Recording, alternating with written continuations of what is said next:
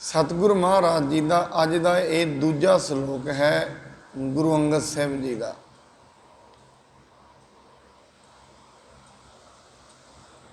इस दे विच महाराज कहते ने ये जिहड़ा जगत है ये सच्चे परमात्मा का घर है। फिर एक चीज़ वेखनी पएगी, मान लो किते असी जाने तो बहुत ही गर्मी है, ये मनुखी शरीर ज़्यादा ज़्यादा 55 तो 60 डिग्री तो सहन कर लेगा, 70-80 सहन कर लेगा। पानी दे सहन करने की क्षमता होर ज़्यादा होंदी है, लोहा गर्मी नूं होर ज़्यादा सहन कर सकता है। वख-वख पदार्थां दी वख-वख कैपेसिटी है सहन करने की। फिर जैसी गर्मी है उहदे विच ढलण दे लई उन्नी ही कैपेसिटी का लोहा या कोई भी धात होनी चाहिए है, तां वो गर्मी दे विच चंगी तरह जी सकती है। और 100 डिग्री सैल्सीयस ने मनुख तो नहीं ना जी सकता। इवें जिहड़ा ये वाला जगत है इहदे विच कोई मनुख शांति नाल रह सकता है जिहड़ा सच दे विच जिउंदा है। कारण कि क्योंकि ये जगत सच्चे का है। मनुख जिउंदा तो है, झूठा भी इत्थे वो गल नहीं। जिस दे अंदर झूठ है वो मर जाता है, जिउंदा है वो भी, पर ओदा जिउना दुखी भरिया जिउना है। उसकी जिंद ओदा हिरदा सड़द्या ही निकल जाता है सारी उम्र। जिन्होंने बाणी कहती है जियो तपत है बारो बार, तप तप खपै बहुत बेकार। जे तन बाणी विसर जाए ज्यों पक्का रोगी भी लाए। ओदा जिउना ऐसा है जिवें पक्के रोगी का जिउना है। ये जिंदगी सच्चे दी है। ये सच्चा ही शांति विच जी सकता है। हुण बाणी दे इस पूरे श्लोक दे विच महाराज जिहड़ियां 2-3 गल्लां करते हैं, मूल भाव है जिहड़ा पहलां असीं उन्हां ते विचार करिए, फिर अंत दे विच इहदे अखरी अर्थ करांगे। और नाल दी नाल साडे मन दे विच कुछ सवाल भी खड़े होणगे, और जिहड़े सवाल खड़े होणगे नाल नाल असीं उन्हां दा जवाब भी लैंदे हैं। एक गल महाराज इस श्लोक में कहते हैं, सब कुछ परमात्मा करता है। दुनिया ते ऐसा कुछ भी नहीं जो उहदे तो बाहर है। मैं कई बार आप जी को बेनती की, जो ऐसा शब्द असीं वरते हैं ना, सब कुछ परमात्मा करता है, इस शब्द को सुनते सार परमात्मा सानू व्यक्ति नज़र आना शुरू हो जाता है। परमात्मा कोई व्यक्ति है, परमात्मा कोई व्यक्ति नहीं है। परमात्मा तो एक शक्ति है, व्यक्ति नहीं है। हुण परमात्मा ही सारा कुछ करता है, फिर वो किवें करता है? तुसीं हैरान हो जाओगे। सारी बाणी विच महाराज ने बार बार इक्को गल कही, सब कुछ परमात्मा करता है, सब कुछ परमात्मा करता है। जे सब कुछ ही परमात्मा करता है, फिर मनुख के हथ में कुछ भी नहीं, मनना तो पेगा। मनुख को ना परमात्मा ने एक पार्ट दिता है, पार्ट जिन्हों कहते हैं बुद्धि। ये जिहड़ी बुद्धि है ना, ये सोचती है। इहदा काम है बार बार संकल्प उठाना, बार बार। बुद्धि का सुभाव की है सवाल चुकने। इस करके मनुख अपनी जिंदगी विच पता नहीं ਕਿੰਨੇ ਸਵਾਲਾਂ ਨੂੰ ਲੈ ਕੇ ਜਿਉ ਰਿਹਾ ਹੈ। ਔਰ ਇੱਕ ਗੱਲ ਯਾਦ ਰੱਖਣਾ, ਜਿਹੜਾ ਸਵਾਲ ਹੁੰਦਾ ਹੈ ਨਾ, ਸਵਾਲ ਉਹ ਆਪਣੇ ਆਪ ਦੇ ਵਿੱਚ ਇੱਕ ਅਸਤ ਵਿਵਸਥਾ ਮਨੁੱਖ ਦੇ ਅੰਦਰ ਪੈਦਾ ਕਰਦਾ ਹੈ। ਜਦੋਂ ਤਾਈਂ ਸਵਾਲ ਦਾ ਜਵਾਬ ਨਾ ਮਿਲੇ ਉਦੋਂ ਤਾਈਂ ਪਰੇਸ਼ਾਨੀ ਬਣਾਈ ਰੱਖਦਾ ਹੈ। ਸਵਾਲ ਐਸਾ ਹੈ। ਸਤਿਗੁਰੂ ਜੀ ਕਹਿੰਦੇ ਸਭ ਕੁਝ ਪਰਮਾਤਮਾ ਕਰਦਾ ਹੈ। ਫਿਰ ਮਨੁੱਖ ਕਹਿੰਦਾ ਪਰਮਾਤਮਾ ਕਿਵੇਂ ਕਰਦਾ ਹੈ? ਆਪ ਜੀ ਇੱਥੇ ਸਾਰੇ ਬੈਠੇ ਹੋ, ਪਰਮਾਤਮਾ ਕਿਵੇਂ ਕਰਦਾ ਹੈ ਬਈ? ਜਿਸ ਨੂੰ ਇਹ ਨਹੀਂ ਪਤਾ ਪਰਮਾਤਮਾ ਰਹਿੰਦਾ ਕਿੱਥੇ, ਉਹ ਕਿਵੇਂ ਕਹਿ ਸਕਦਾ ਸਭ ਕੁਝ ਪਰਮਾਤਮਾ ਕਰਦਾ ਹੈ? ਝੂਠ ਬੋਲਦੇ ਨੇ ਲੋਕ ਉੱਤੋਂ।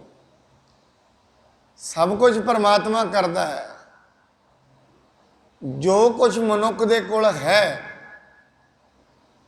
ਜੋ ਕੁਝ ਇਹਨੇ ਜ਼ਿੰਦਗੀ 'ਚ ਕਮਾਇਆ, ਇਹ ਨਹੀਂ ਕਹੇਗਾ ਪਰਮਾਤਮਾ ਨੇ ਦਿੱਤਾ ਹੈ। ਗਹਿਰੇ ਤਲ ਤੇ ਇਹ ਕਹੇਗਾ ਮੈਂ ਮਿਹਨਤ ਬੜੀ ਕੀਤੀ ਹੈ। ਇਹ ਗੱਲ ਯਾਦ ਰੱਖਣਾ। ਇਸ ਚੀਜ਼ ਨੂੰ ਕੋਈ ਮੰਨ ਕੇ ਰਾਜੀ ਨਹੀਂ ਹੈ। ਜੇ ਪਰਮਾਤਮਾ ਨੇ ਕੀਤਾ ਔਰ ਮਨੁੱਖ ਨੇ ਇਹ ਮੰਨ ਲਿਆ, ਉਹ ਤੇ ਰੱਬ ਦਾ ਰੂਪ ਬਣ ਗਿਆ। ਫਿਰ ਕੌਣ ਹੈ ਇੱਥੇ ਰੱਬ ਦਾ ਰੂਪ?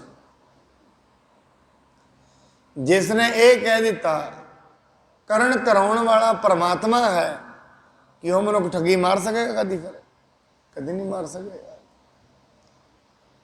ਉਹ ਕਿਸੇ ਨੂੰ ਹੱਕ ਨੂੰ ਖਾਏਗਾ? ਨਹੀਂ ਖਾ ਸਕੇਗਾ।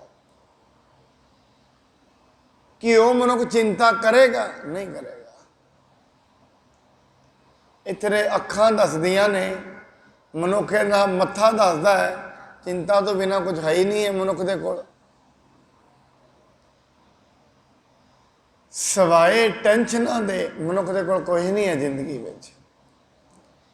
ਮੈਂ ਆਪ ਜੀ ਨੂੰ ਹੁਣ ਥੋੜਾ ਜਿਹਾ ਚਿੰਤਾ ਤੇ ਵਿਚਾਰ, ਇਹਦੇ ਵਿੱਚ ਡਿਫਰੈਂਸ ਕਰਨਾ ਚਾਹੁੰਦਾ ਹਾਂ। ਅੰਤਰ ਕੀ ਹੈ ਦੋਵਾਂ ਵਿੱਚ? ਵਿਚਾਰ ਦਾ ਮਤਲਬ ਹੈ ਜ਼ਿੰਦਗੀ ਵਿੱਚ ਜੋ ਵੀ, ਜਿਵੇਂ ਅੱਜ ਜੋ ਵੀ ਕਰਨਾ ਹੈ ਉਹਦੇ ਉੱਤੇ ਵਿਚਾਰ ਕੀਤੀ। ਮਨੁੱਖ ਨੇ ਵਿਚਾਰ ਕੀਤੀ ਹੁੰਦੀ ਹੈ, ਸਵੇਰੇ ਇੰਨੇ ਵਜੇ ਪੈਲੀ ਵਿੱਚ ਜਾਣਾ ਹੈ, ਖੇਤਾਂ ਵਿੱਚ ਜਾਣਾ ਹੈ, ਇੰਨੇ ਵਜੇ ਫਲਾਣੀ ਜਗ੍ਹਾ ਤੇ ਜਾਣਾ। ਇਹ ਹੁੰਦੀ ਹੈ ਵਿਚਾਰ।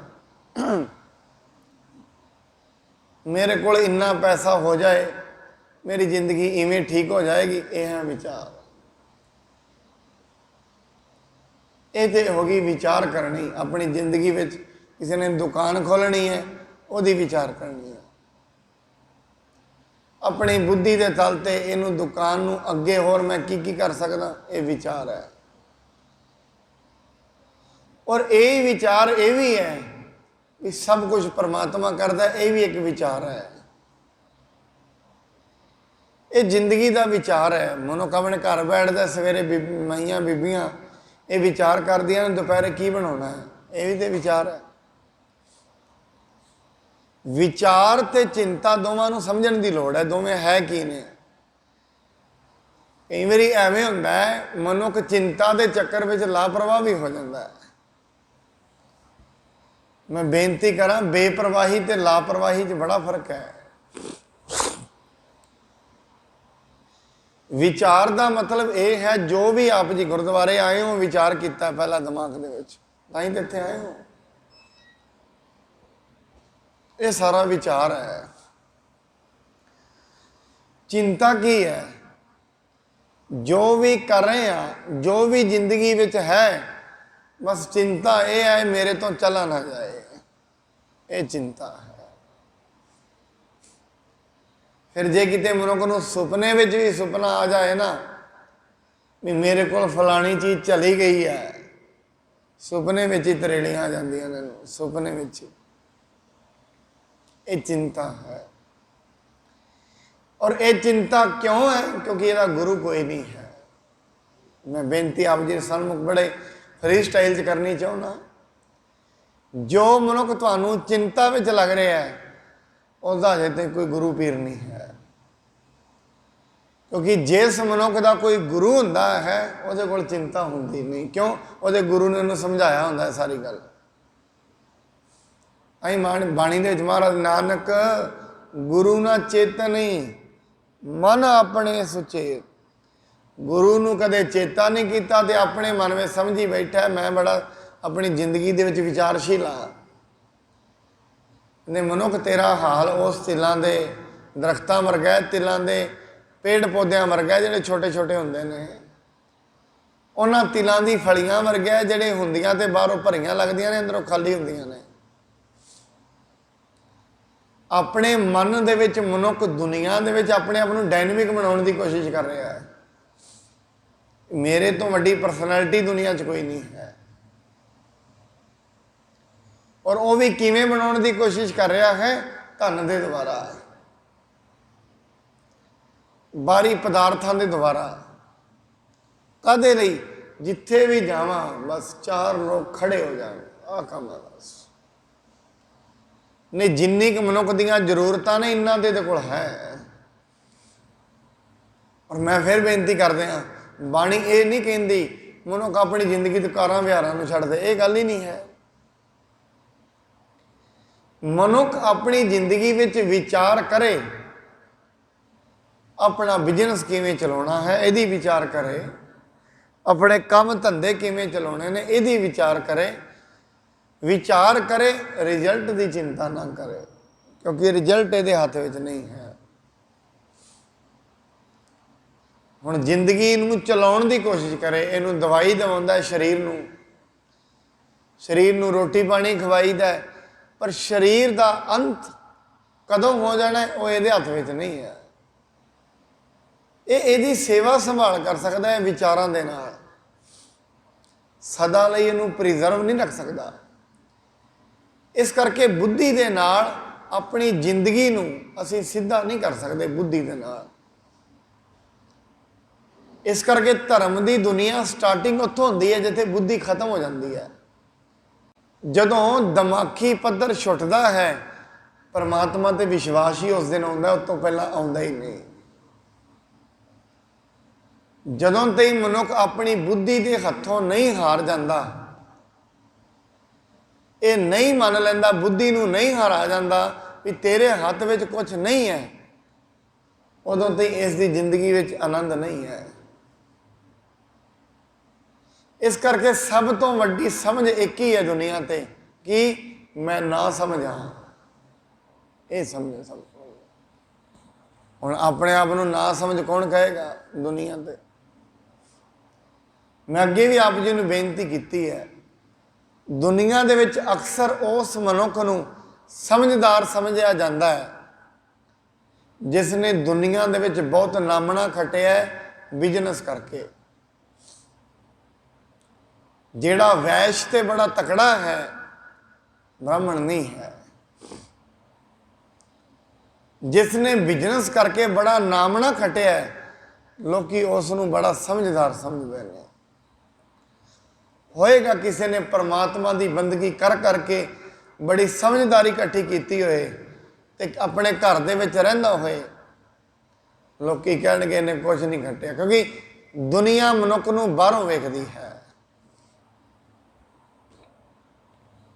दुनिया का जिहड़ा मापदंड है वेखण का वो बाहरों है।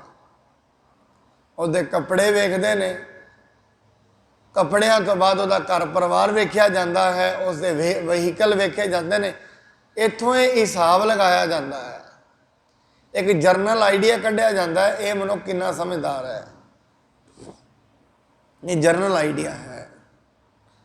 बाणी कहती इत्थों तुसीं समझदारी का हिसाब नहीं लगाओगे। सतगुरु जी कहते ने कई बारी लोग हीरियां दे भोले, कई बारी हीरियां दे चक्करां दे विच, मोतियां दे चक्करां विच पत्थरां नूं इकट्ठियां कर लैंदे ने। किन्हीं ही वणजिया कांसी तांबा, किन्हीं ही लोंग सफारी, संतोह वणजिया नाम गोविंद का। जिसने परमेश्वर की याद नूं खटिया है, परमात्मा कौन है, ये दुनिया चलाउंदा कौन है, जिन्हें हौली हौली बंदगी करके अपनी सुते हुए मन नूं जगाया।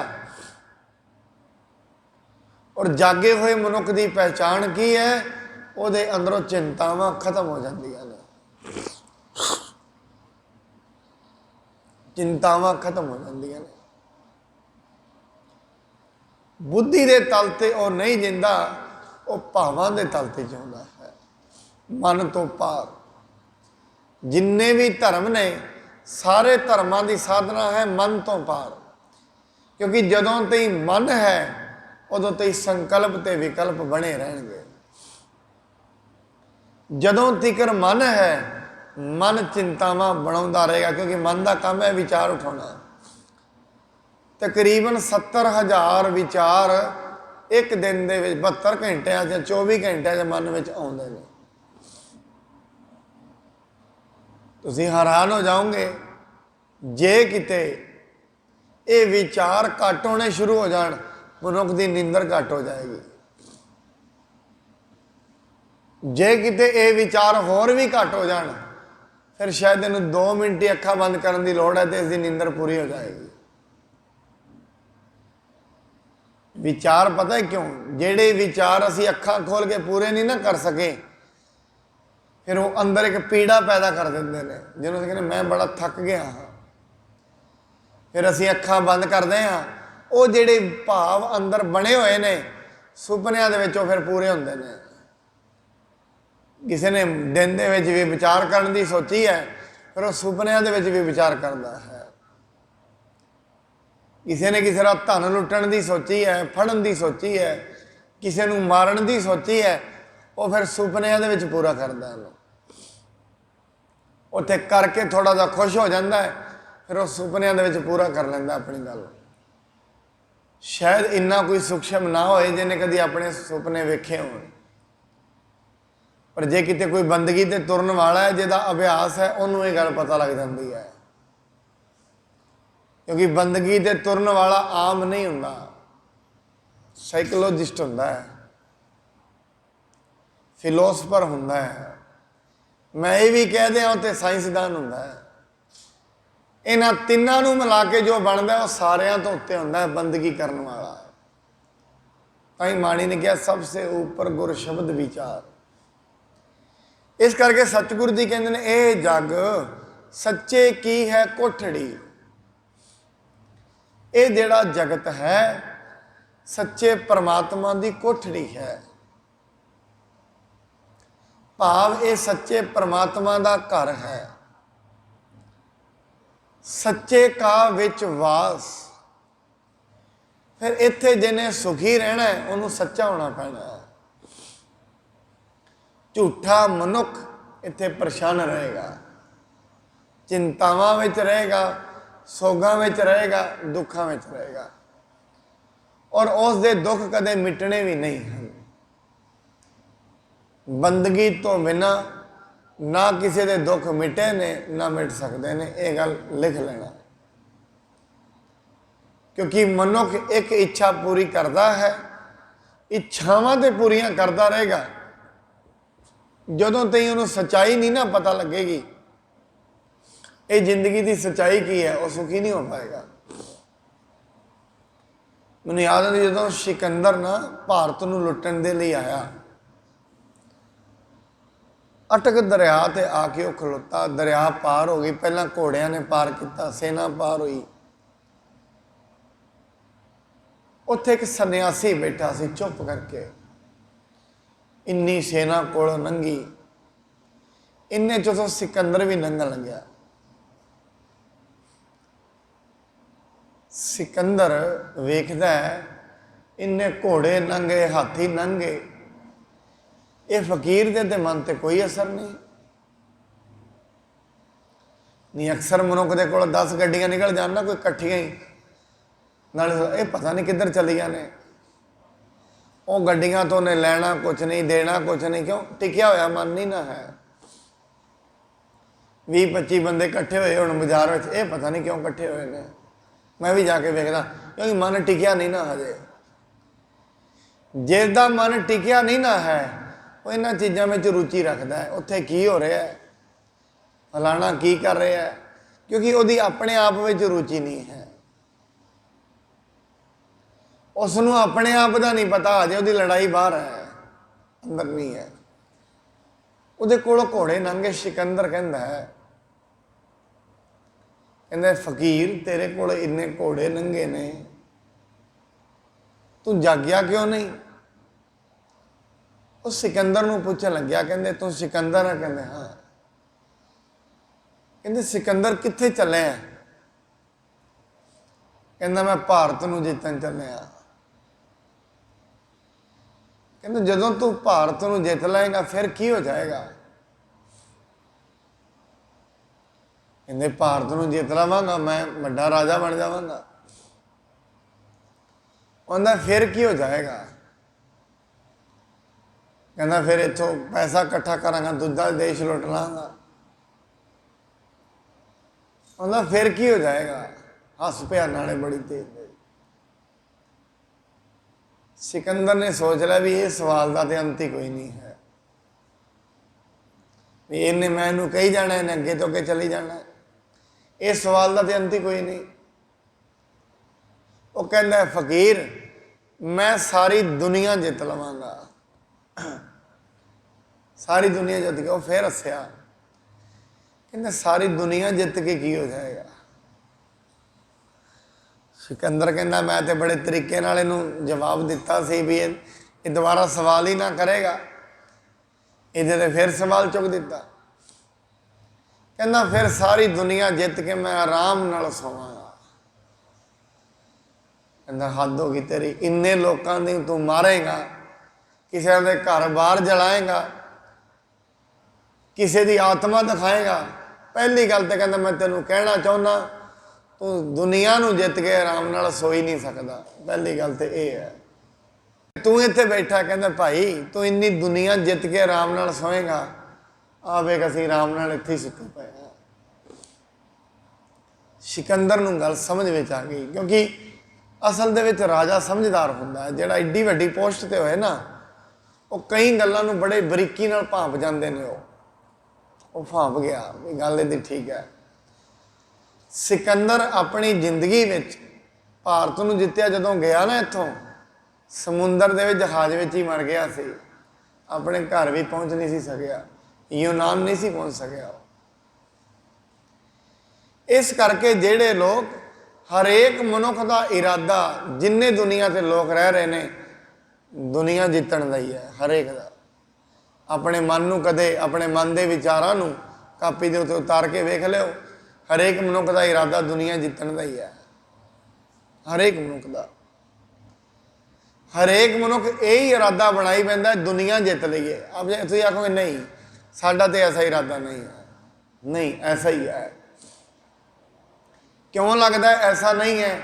ਕਿਉਂਕਿ ਹਜੇ ਇਵੇਂ ਲੱਗਦਾ ਹੈ ਹਜੇ ਜੀ 500-400 ਘਰਾਂ ਦੇ ਉੱਤੇ ਜਿੱਤਣਾ ਚਾਹੁੰਦੇ ਆ, ਦੁਨੀਆ ਦਾ ਖਿਆਲ ਹੀ ਨਹੀਂ ਹੈ। ਹਜੇ ਦੀ 200-250 ਪਰਿਵਾਰਾਂ ਦੇ ਅੱਗੇ ਜਿੱਤਣਾ ਚਾਹੁੰਦੇ ਆ। ਜਦੋਂ ਉਹਨਾਂ ਵਿੱਚ ਜਿੱਤ ਜਾਵਾਂਗੇ ਫਿਰ ਅਸੀਂ ਇੱਕ ਸ਼ਹਿਰ ਦੇ ਉੱਤੇ ਰਾਜ ਚਲਾਉਣਾ ਚਾਹਾਂਗੇ।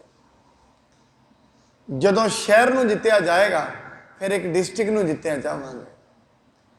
ਇਹ ਜਿਹੜੀਆਂ ਚੀਜ਼ਾਂ ਨੇ ਕਦੋਂ ਪੈਦਾ, ਇਹਨੂੰ ਉਹਨਾਂ ਨੂੰ ਕਹਿੰਦੇ ਨੇ ਵਿਕ੍ਰਿਤੀਆਂ। ਇਹ ਵਿਕ੍ਰਿਤੀਆਂ ਕਿਹੜੀ ਸੁਰਤ ਵਿੱਚ ਪੈਦਾ ਹੁੰਦੀਆਂ ਨੇ? ਔਰ ਉਸ ਸੁਰਤ ਦੇ ਵਿੱਚ ਪੈਦਾ ਹੁੰਦੀਆਂ ਨੇ ਜਿਹੜੀ ਪਰਮਾਤਮਾ ਤੋਂ ਦੂਰ ਚਲੀ ਗਈ ਹੈ। ਬਾਣੀ ਕਹਿੰਦੀ ਅਸਲ ਦੇ ਵਿੱਚ ਕੌਣ ਜਿੱਤਿਆ ਹੈ, ਕੌਣ ਹਾਰਿਆ ਹੈ, ਇਹ ਇੱਕ ਪਰਮਾਤਮਾ ਦਾ ਹੁਕਮ ਹੈ। ਪਰਮਾਤਮਾ ਦਾ ਇਹ ਜਗਤ ਉਹ ਸੱਚੇ ਦੀ ਕੋਠੀ ਹੈ, ਉਹ ਸੱਚੇ ਦਾ ਘਰ ਹੈ, ਉਹਦੇ ਵਿੱਚ ਹੀ ਆਪਾਂ ਸਾਰੇ ਜੀ ਰਹੇ ਹਾਂ। ਬਾਣੀ ਕਹਿੰਦੀ ਇੱਕ ਨਾ ਹੁਕਮ ਸਮਾਏ ਲਏ, ਇੱਕ ਨਾ ਹੁਕਮੇ ਕਰੇ ਵਿਨਾਸ਼। ਇੱਕ ਤੇ ਐਸੇ ਨੇ ਪਰਮਾਤਮਾ ਜਿਨ੍ਹਾਂ ਨੂੰ ਆਪਣੇ ਹੁਕਮ ਦੇ ਵਿੱਚ ਸਮਾ ਲੈਂਦਾ ਹੈ। ਆਪਣੇ ਹੁਕਮ ਦੇ ਵਿੱਚ ਪਰਮਾਤਮਾ ਜਿਨ੍ਹਾਂ ਨੂੰ ਮੇਲ ਲੈਂਦਾ ਆਪਣੇ ਨਾਲ। ਇੱਕ ਨਾ ਹੁਕਮੇ ਕਰੇ ਵਿਨਾਸ਼, ਇੱਕ ਹੁਕਮ ਦੇ ਵਿੱਚ ਵਿਨਾਸ਼ ਹੋ ਜਾਂਦੇ ਨੇ। ਮੈਂ ਆਪ ਜੀ ਦੇ ਸਾਹਮਣੇ ਇੱਕ ਸਵਾਲ ਰੱਖਾ ਇਹਨਾਂ ਪੰਕਤੀਆਂ ਤੋਂ, ਆਪ ਜੀ ਦੇ ਦਿਮਾਗ ਵਿੱਚ ਬੜੀ ਵਾਰੀ ਆਇਆ ਹੋਵੇਗਾ। ਕਈ ਤੇ ਲੋਕ ਐਸੇ ਨੇ ਜ਼ਿੰਦਗੀ ਵਿੱਚ ਜਿਨ੍ਹਾਂ ਸਾਰੀ ਉਮਰ ਪਾਪ ਹੀ ਕੀਤੇ ਨੇ, ਸਾਰੀ ਉਮਰ ਮਾੜਾ ਹੀ ਸੋਚਿਆ ਹੈ, ਪਰ ਜ਼ਿੰਦਗੀ ਦੇ 2-4 ਸਾਲ ਰਹਿੰਦੇ ਇੱਕਦਮ ਪਰਮਾਤਮਾ ਨਾਲ ਜੁੜ ਗਏ ਤੇ ਇੱਕਦਮ ਬੜੀ ਅੱਗੇ ਪਹੁੰਚ ਗਏ। ਕੁਝ ਐਸੇ ਨੇ ਜਿਹੜੇ ਲਗਾਤਾਰ ਹੀ ਮੰਦਰਾਂ ਗੁਰਦੁਆਰਿਆਂ ਮਸਜਿਦਾਂ ਵਿੱਚ ਆਉਂਦੇ ਰਹੇ ਨੇ, ਜ਼ਿੰਦਗੀ ਦੇ ਅੰਤ ਦੇ ਸਾਲਾਂ ਤਾਈਂ ਵੀ ਸੁਭਾਅ ਉਹਨਾਂ ਦਾ ਨਹੀਂ ਬਦਲਿਆ। ਦੋ ਪ੍ਰਕਾਰ ਦੀਆਂ ਸ਼੍ਰੇਣੀਆਂ ਇੱਥੇ ਹੈਗੀਆਂ ਨੇ। ਬਾਣੀ ਕਹਿੰਦੀ ਕਿਸੇ ਨੂੰ ਸੁਧਾਰਨਾ, ਕਿਸੇ ਦੇ ਵਿੱਚ ਬਦਲਾਅ ਲਿਆਉਣਾ, ਇਹ ਪਰਮਾਤਮਾ ਦੇ ਹੁਕਮ ਵਿੱਚ ਆਉਂਦਾ, ਉਵੇਂ ਨਹੀਂ ਆਉਂਦਾ। ਉਹਦੇ ਹੁਕਮ ਦੇ ਵਿੱਚ ਕਿਵੇਂ ਆਉਂਦਾ, ਪਤਾ ਨਹੀਂ ਮਨੁੱਖ ਦੇ ਕਿਹੜੇ ਕਰਮ ਨੇ, ਕਿਹੜਾ ਉਹਦਾ ਲੇਖਾ ਜੋਖਾ ਹੈ ਜਿਹੜਾ ਉਹਨੂੰ ਬਦਲਾਵ ਲਿਆਉਂਦਾ ਹੈ, ਕਿਹੜਾ ਉਹਦਾ ਲੇਖਾ ਜੋਖਾ ਹੈ। ਪਰ ਕਿਹੜਾ ਉਹਦਾ ਲੇਖਾ ਜੋਖਾ ਹੈ ਜਿਹੜਾ ਉਹਦੀ ਜ਼ਿੰਦਗੀ ਵਿੱਚ ਆਨੰਦ ਲੈ ਕੇ ਆਉਂਦਾ ਹੈ। ਵੈਸੇ ਮੈਂ ਆਪ ਜੀ ਦੇ ਸਨਮੁਖ ਆਨੰਦ ਦੀ ਗੱਲ ਤੇ ਕਰ ਰਿਹਾ, ਪਰ ਇੱਕ ਗੱਲ ਯਾਦ ਰੱਖਣਾ, ਜਿਹੜੇ ਆਨੰਦ ਦੀ ਅਸੀਂ ਗੱਲ ਕਰਦੇ ਹਾਂ, ਇਹ ਆਨੰਦ ਲੋਕੀ ਕਹਿੰਦੇ ਤੇ ਹੈ ਨੇ, ਆਨੰਦ ਆਨੰਦ ਸਭ ਕੋ ਕਹੈ, ਆਨੰਦ ਗੁਰੂ ਤੇ ਜਾਣਿਆ। ਇਹ ਆਨੰਦ ਦਾ ਉਦੋਂ ਤੋਂ ਹੀ ਪਤਾ ਨਹੀਂ ਲੱਗਣਾ ਜਦੋਂ ਤੋਂ ਹੀ ਮਾਣ ਨਾ ਲਿਆ ਜਾਏ। ਜਿਵੇਂ ਅਸੀਂ ਕਹਿੰਦੇ ਰੋਟੀ ਬੜੀ ਸਵਾਦ ਹੈ, ਸਬਜ਼ੀ ਬਹੁਤ ਸਵਾਦ ਹੈ, ਫਲਾਣਾ ਪਦਾਰਥ ਬੜਾ ਸਵਾਦ ਹੈ, ਹਜੇ ਅਸੀਂ ਸੁਣਿਆ ਹੀ ਸੁਣਿਆ ਹੈ। ਜਦੋਂ ਤਾਈਂ ਆਪ ਨਹੀਂ ਨਾ ਉਹਨੂੰ ਖਾ ਲਵਾਂਗੇ, ਉਦੋਂ ਤਾਈਂ ਉਹਦਾ ਕੋਈ ਪਤਾ ਨਹੀਂ ਲੱਗਣਾ। ਇਵੇਂ ਪਰਮਾਤਮਾ ਦਾ ਜਿਹੜਾ ਹੁਕਮ ਹੈ, ਉਹਦੇ ਹੁਕਮ ਦੇ ਵਿੱਚ ਜਿਹੜੇ ਸਮਾ ਜਾਂਦੇ ਨੇ, ਉਹਨਾਂ ਦੀ ਮਹਿਮਾ ਉਹੀ ਦੱਸ ਸਕਦੇ ਨੇ, ਹੋਰ ਕੋਈ ਨਹੀਂ ਦੱਸ ਸਕਦਾ। ਫਿਰ ਮਨੁੱਖ ਆਪਣੀ ਜ਼ਿੰਦਗੀ ਵਿੱਚ ਜਿਹੜੇ ਵੀ ਕਰਮ ਕਰਦਾ ਹੈ, ਰੋਜ਼ ਜੋ ਵੀ ਕਰੇਗਾ, ਸਵੇਰ ਤੋਂ ਲੈ ਕੇ ਸ਼ਾਮ ਤਾਈਂ, ਈਵਨ ਕਿ ਰਾਤ ਨੂੰ ਸੁੱਤਿਆ ਹੋਇਆ ਵੀ,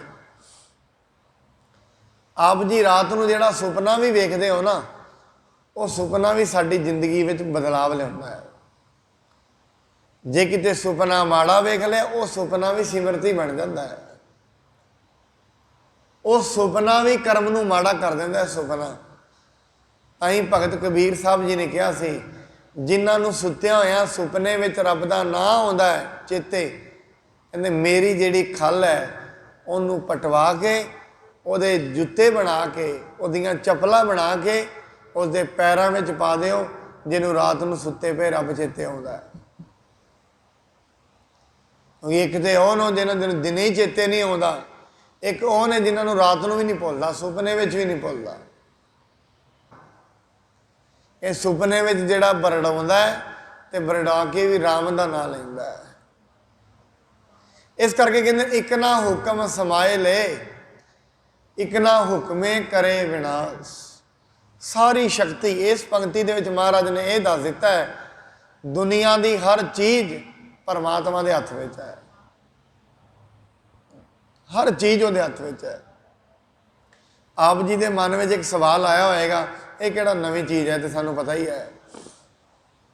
ਇਹ ਸਵਾਲ ਆਉਂਦਾ ਹੈ ਦਿਮਾਗ ਵਿੱਚ, ਸਾਨੂੰ ਪਤਾ ਹੀ ਹੈ ਸਭ ਕੁਝ ਰੱਬ ਦੇ ਹੱਥ ਵਿੱਚ ਹੈ। ਨਹੀਂ, ਪਤਾ ਹੈ ਮਨ ਦਾ ਕੋਈ ਨਹੀਂ ਹੈ, ਪਤਾ ਸਾਰਿਆਂ ਨੂੰ ਹੀ ਹੈ। ਬੜੀ ਵਾਰੀ ਬੇਨਤੀ ਕੀਤਾ, ਪਤਾ ਹੋ ਜਾਣਾ ਹੋਰ ਗੱਲ ਹੈ, ਧਰਮ ਦੇ ਬਾਰੇ ਪਤਾ ਹੋਣਾ ਵੱਖਰੀ ਗੱਲ ਹੈ। ਧਰਮ ਆਪਣੀ ਜ਼ਿੰਦਗੀ ਵਿੱਚ ਮੰਨ ਲੈਣਾ ਇਹ ਵੱਖਰੀ ਗੱਲ ਹੈ। ਪਤਾ ਤੇ ਬੜੀ ਦੁਨੀਆ ਨੂੰ ਹੁੰਦਾ ਇਹਦੇ ਬਾਰੇ। ਸਭ ਕੁਝ ਪਰਮਾਤਮਾ ਦੇ ਹੱਥ ਵਿੱਚ ਹੈ, ਇਹ ਨਹੀਂ ਕੋਈ ਜਾਣਦਾ। ਮਨੁੱਖ ਆਪਣੀ ਜ਼ਿੰਦਗੀ ਵਿੱਚ ਜਦੋਂ ਪੂਰੀਆਂ ਕੋਸ਼ਿਸ਼ਾਂ ਕਰ ਲੈਂਦਾ ਹੈ, ਕਿਉਂਕਿ ਮਨੁੱਖ ਨੂੰ ਰੱਬ ਨੇ ਦਿਮਾਗ ਦਿੱਤਾ ਹੋਇਆ ਹੈ, ਤੇ ਇਹਦੀ ਦਿਮਾਗ ਹੈ ਨਾ ਜਿਹੜਾ, ਇਹ ਕਦੀ ਹਾਰਨਾ ਚਾਹੁੰਦਾ ਹੀ ਨਹੀਂ ਹੈ। ਦਿਮਾਗ ਦਾ ਇਹੀ ਤੇ ਨਿਸ਼ਾਨੀ ਹੈ। ਫਿਰ ਜਦੋਂ ਜ਼ਿੰਦਗੀ ਵਿੱਚ ਚਾਰੇ ਬੰਨੋਂ ਹਾਰ ਜਾਂਦਾ ਹੈ ਨਾ, ਫਿਰ ਵੀ ਇਹ ਹਾਰ ਮੰਨਦਾ ਨਹੀਂ ਹੈ। ਫਿਰ ਕਹਿੰਦਾ ਚੱਲ ਪਰਮਾਤਮਾ ਦੇ ਅੱਗੇ ਬੇਨਤੀ ਕਰਕੇ ਵੇਖ ਲਓ, ਹਾਰ ਫਿਰ ਵੀ ਨਹੀਂ ਮੰਨਦਾ। ਕਿਉਂਕਿ ਮਨੁੱਖ ਦੀ ਜਿਹੜੀ ਬੁੱਧੀ ਹੈ, ਇਹ ਇਹਨੂੰ ਛੱਡਣ ਦਿੰਦੀ ਨਹੀਂ। ਸਭ ਤੋਂ ਔਖਾ ਹੁੰਦਾ ਹੈ ਆਪਣੇ ਆਪ ਨੂੰ ਨੀਵਾਂ ਸਮਝ ਲੈਣਾ। ਗੱਲ ਤੇ ਸਿਰਫ ਇੰਨੀ ਹੈ।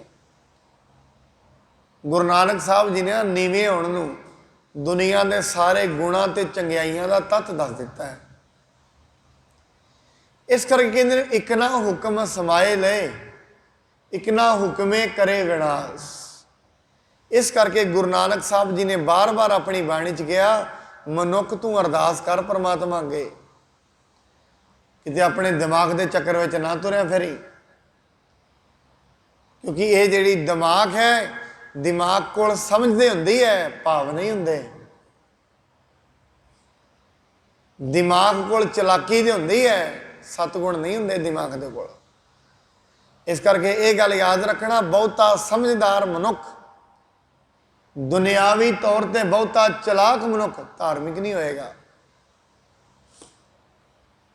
ईसा मसीह गल कहते ने, कहते दुनियावी तौर पर जेड़े लोग दुनिया दे विच बड़े जिन्हां ने महल मनारिया इकट्ठे कर लए ने, कहते मैं ये तो मन सकदा जेड़ा ऊंट है वो सूई दे नक्के चों निकल गया, ये मैं मान सकदा।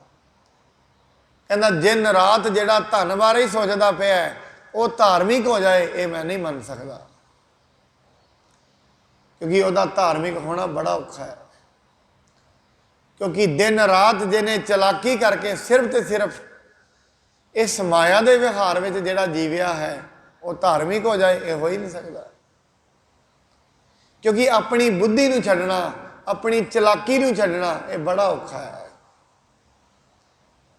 ये मन लेना सब कुछ परमात्मा के हथ में है, ये बड़ा औखा है, बैठा नहीं जाता, मन्निया नहीं जाता। ताई महाराज ने कहा मन्ने की गत कहीं ना जाए। आप कहेंगे नहीं असी मन लिया, फिर बाणी कहती जिन्हें मन लिया वो तो गत लिखी नहीं जा सकती, हुण किहड़ा है जिन्हें मन्निया, नहीं मन्निया जाता। सब तो औखी गल है अपनी चलाकी छड़ देनी, सब तो औखी। अपने बुद्धि के मान नूं ते बुद्धि दे नाल जो जो कमाया है उन्होंने छड़ देना सब तो औखा है जिंदगी। ताई तो असीं वाहिगुरू वाहिगुरू पता क्यों जपदे हां, ये छड्डिया जाए किते। कोई राम राम जप रहा, कोई एक ओंकार जपदा, अड्डो अड्ड नाम ने जेड़े जेड़े कोई जपदा, काहदे लई जपदा पिया। इक्को ही चीज़ है भी किते बुद्धि का मान छड्ड दिता जाए, सब कुछ परमेश्वर नूं समर्पण कर दईए, तां जप रहा।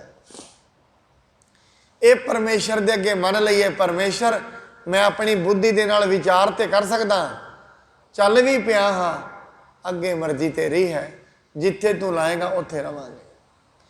महाराज एक ना भाण कढ़ लए, एक ना माया विच निवास। किसे नूं ते अपने भाणे विच कढ़ लैंदा है, भाव किसे नूं ते रब अपने नाम की बख्शिश कर दिंदा है। हुण आप जी कहेंगे जे भाणे विच उन्हें ही करनी है, फिर इत्थे एक सवाल पता क्या होंदा, जेड़े लोग कोई मनुख भी विचार करता होए ना, कोई नशा करता है, उन्होंने ये कहिए ना तू मनुख परमात्मा का नाम जपया कर, गुरुद्वारे आया कर, अगों कहता चलो जदों रब लै आएगा लै आवांगे, आ जाएंगे। देखो इत्थों ये चीज़ ये पता ही उन्हें केड़ी पंक्ति चों कढ़ी है चीज़ भी एक ना भाणे कढ़ ले, परमात्मा आप ही कढ़ेगा। ਇਹਦਾ मतलब ये नहीं वो कढ़ेगा, जेड़ा तेनू कह रहा है भी तू आया कर, ये भी तो हुक्म में ही कह रहा है, ये हुक्म चों बाहर है। वो कहना जो हुक्म होएगा तो चले जावांगे, अमृत छक, हुक्म होएगा तो छप लवांगे। आ जेड़ा बोल रहा है ये भी तो हुक्म में ही बोल रहा है, इनू हुक्म क्यों नहीं मनता मनुख, चलाकी वरतदा है ना। गुरबाणी की पंक्तियां ते चलाकी वरत जाता है, धर्म के नाम से चलाकी वरत जाता है।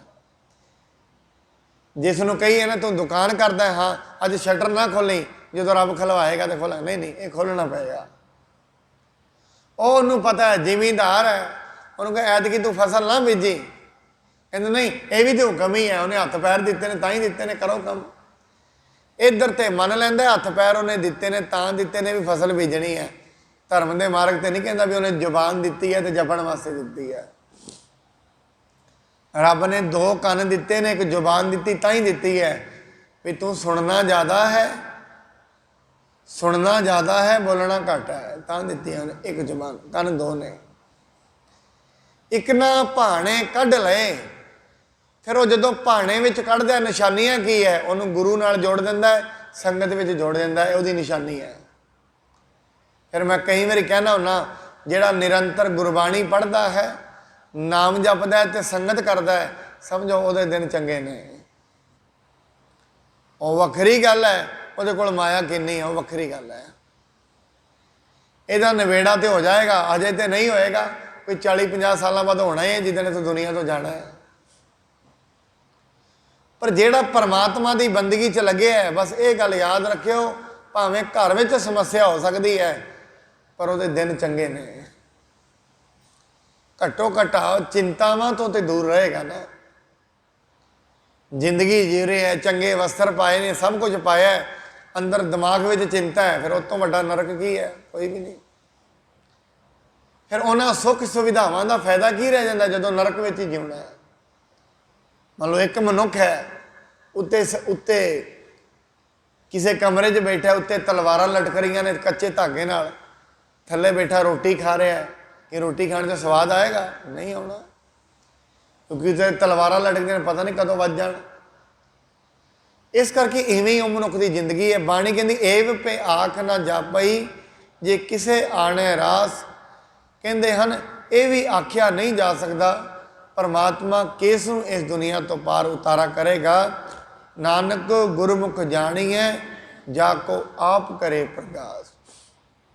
ਕਹਿੰਦੇ ਗੁਰਮੁਖ ਹੋ ਕੇ ਵਾਹਿਗੁਰੂ ਵਾਹਿਗੁਰੂ ਜਪ ਕੇ ਇਹ ਪਤਾ ਲੱਗਦਾ ਹੈ, ਕਿਉਂਕਿ ਪਰਮਾਤਮਾ ਗੁਰਮੁਖਾਂ ਦੇ ਵਿੱਚ ਪ੍ਰਗਾਸ ਕਰ ਦਿੰਦਾ ਹੈ।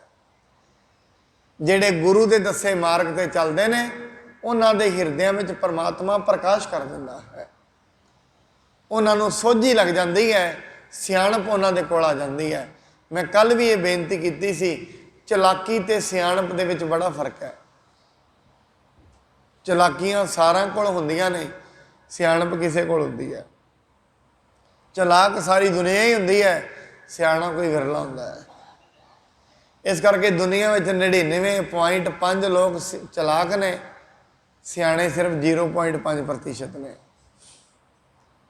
ਔਰ ਮੈਂ ਇੱਕ ਹੋਰ ਬੇਨਤੀ ਕਰਦਾ, ਗੁਰੂ ਤੇਗ ਬਹਾਦਰ ਮਹਾਰਾਜ ਜੀ ਕਹਿੰਦੇ ਨੇ ਹੋ ਸਕਦਾ ਇੱਕ ਸਟੇਟ ਦੇ ਵਿੱਚ ਇੱਕ ਸਿਆਣਾ ਹੋਏ। ਹੁਣ ਇਹ ਵੇਖ ਲਓ ਸਾਡੇ ਵਿੱਚੋਂ ਕਿਸੇ ਦਾ ਨੰਬਰ ਆਏਗਾ ਕਿ ਨਹੀਂ ਆਏਗਾ, ਇਹ ਆਪਾਂ ਆਪਣੇ ਆਪ ਹੀ ਆਪਣਾ ਹਿਸਾਬ ਲਗਾ ਸਕਦੇ ਹਾਂ। ਮਨੁੱਖ ਸਿਆਣਾ ਹੈ ਕਿ ਇਆਣਾ ਹੈ। ਮੈਂ ਇੱਕ ਦਿਨ ਪਹਿਲਾਂ ਬੇਨਤੀ ਕੀਤੀ ਸੀ, ਜਿਹਨੂੰ ਦੁਨੀਆ ਦੇ ਲੋਕ ਬੜਾ ਸਿਆਣਾ ਸਮਝਦੇ ਨੇ, ਹੋ ਸਕਦਾ ਰੱਬ ਦੀ ਨਗਰ ਵਿੱਚ ਨਿਆਣਾ ਹੋਏ ਅਜੇ ਉਹਨੂੰ ਕੁਝ ਵੀ ਪਤਾ ਨਾ ਹੋਏ। ਜਿਹੜਾ ਦੁਨੀਆ ਦੀ ਨਜ਼ਰ ਦੇ ਵਿੱਚ ਨਿਆਣਾ ਹੈ, ਹੋ ਸਕਦਾ ਰੱਬ ਦੀ ਨਜ਼ਰ ਦੇ ਵਿੱਚ ਬਹੁਤ ਸਿਆਣਾ ਹੋਏ। ਦੁਨੀਆ ਵਿੱਚ ਲੋਕ ਸਿਆਣਾ ਉਹਨੂੰ ਗਿਣਦੇ ਨੇ ਜਿਹਨੇ ਦੁਨੀਆ ਦੇ ਵਿੱਚ ਬਹੁਤ ਜ਼ਿਆਦਾ ਇਕੱਠਾ ਕੀਤਾ ਹੈ। ਪਰਮਾਤਮਾ ਦੀ ਨਜ਼ਰ ਦੇ ਵਿੱਚ ਸਿਆਣਾ ਉਹਨੂੰ ਗਿਣਿਆ ਜਾਂਦਾ ਹੈ ਜਿਹਨੇ ਆਪਣੀ ਜ਼ਿੰਦਗੀ ਦੇ ਵਿੱਚ ਬਹੁਤ ਜ਼ਿਆਦਾ ਦੁੱਖਾਂ ਨੂੰ ਛੱਡ ਦਿੱਤਾ ਹੈ। ਜਿਹਨੇ ਬਹੁਤ ਜ਼ਿਆਦਾ ਦੁੱਖ ਛੱਡ ਦਿੱਤੇ ਨੇ, ਉਹਨੂੰ ਪਰਮਾਤਮਾ ਦੀ ਨਿਗਾਹ ਦੇ ਵਿੱਚ ਸਿਆਣਾ ਸਮਝਿਆ ਜਾਂਦਾ ਹੈ। ਤਾਂ ਹੀ ਗੁਰੂ ਸਾਹਿਬ ਜਦੋਂ ਸੰਬੋਧਨ ਕਰਦੇ ਨੇ, ਕਹਿੰਦੇ ਨਿਰਗੁਣ ਯਾਰ ਇਆਨਿਆ ਸੋ ਪ੍ਰਭ ਸਦਾ ਸੰਭਾਲ। ਇਆਣੇ ਦਾ ਮਤਲਬ ਹੁੰਦਾ ਬੱਚਾ। ਕਹਿੰਦੇ ਹੇ ਬੱਚਿਆ ਰੱਬ ਦਾ ਨਾਂ ਲੈ, ਹਜੇ ਤੂੰ ਨਿਆਣਾ ਹੈ। ਹੁਣ ਇਹ ਮੰਨਣ ਨੂੰ ਕੌਣ ਤਿਆਰ ਹੋਏਗਾ ਮੈਂ ਨਿਆਣਾ ਹਾਂ? ਬੁੱਧੀ ਨਹੀਂ ਮੰਨਦੀ। ਮੈਂ ਤਾਂ ਹੀ ਪਹਿਲਾਂ ਹੀ ਬੇਨਤੀ ਕੀਤੀ ਹੈ, ਆਪਣੇ ਦਿਮਾਗ ਨੂੰ ਛੱਡਣਾ ਬੜਾ ਔਖਾ ਹੈ। ਪਰਮਾਤਮਾ ਦਾ ਮਾਰਗ ਦਿਲ ਦਾ ਮਾਰਗ, ਦੁਨੀਆ ਦਾ ਮਾਰਗ ਦਿਮਾਗ ਦਾ ਮਾਰਗ, ਚਲਾਕੀਆਂ ਦਾ ਮਾਰਗ, ਪਰਮਾਤਮਾ ਦਾ ਮਾਰਗ ਸਤਿਗੁਣਾਂ ਦਾ ਮਾਰਗ, ਦੁਨੀਆ ਦਾ ਮਾਰਗ ਦੁਰਗੁਣਾਂ ਦਾ ਮਾਰਗ। ਸੋ ਇਸ ਕਰਕੇ ਸਤਿਗੁਰੂ ਜੀ ਕਿਰਪਾ ਕਰਨ। ਅੱਜ ਦੀ ਪੂਰੇ ਇਸ ਸ਼ਲੋਕ ਦੇ ਵਿੱਚ ਗੁਰੂ ਸਾਹਿਬ ਜੀ ਦਾ ਐਸੈਂਸ ਇਹੀ ਹੈ, ਪਰਮਾਤਮਾ ਦੀ ਬੰਦਗੀ ਕਰੋ। ਉਹ ਬੰਦਗੀ ਦੇ ਵਿੱਚ ਲੇਖੇ ਵਿੱਚ ਸਾਨੂੰ ਭਾਣੇ ਵਿੱਚ ਆਪਣੇ ਨਾਲ ਜੋੜ ਲਏਗਾ। ਉਹ ਆਪਣੇ ਭਾਣੇ ਦੇ ਵਿੱਚ ਸਾਨੂੰ ਨਾਮ ਦੀ ਬਖਸ਼ਿਸ਼ ਕਰ ਦੇਵੇਗਾ।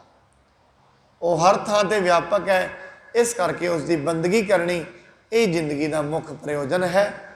ਇਸ ਕਰਕੇ ਉਹਨੂੰ ਧਿਆਈਏ। ਹੌਲੀ ਹੌਲੀ ਮਨੁੱਖ ਦੇ ਅੰਦਰੋਂ ਸਿਆਣਪਾਂ ਘਟਦੀਆਂ ਜਾਣਗੀਆਂ ਤੇ ਪਰਮਾਤਮਾ ਦੇ ਦਰ ਤੇ ਮਨੁੱਖ ਪ੍ਰਵਾਨ ਹੋ ਜਾਏਗਾ। ਇੰਨੀਆਂ ਬੇਨਤੀਆਂ ਪ੍ਰਵਾਨ ਹੋਈ ਭੁੱਲ ਚੁੱਕ ਦੇ ਲਈ ਖਿਮਾ ਕਰਨੀ ਜੀ।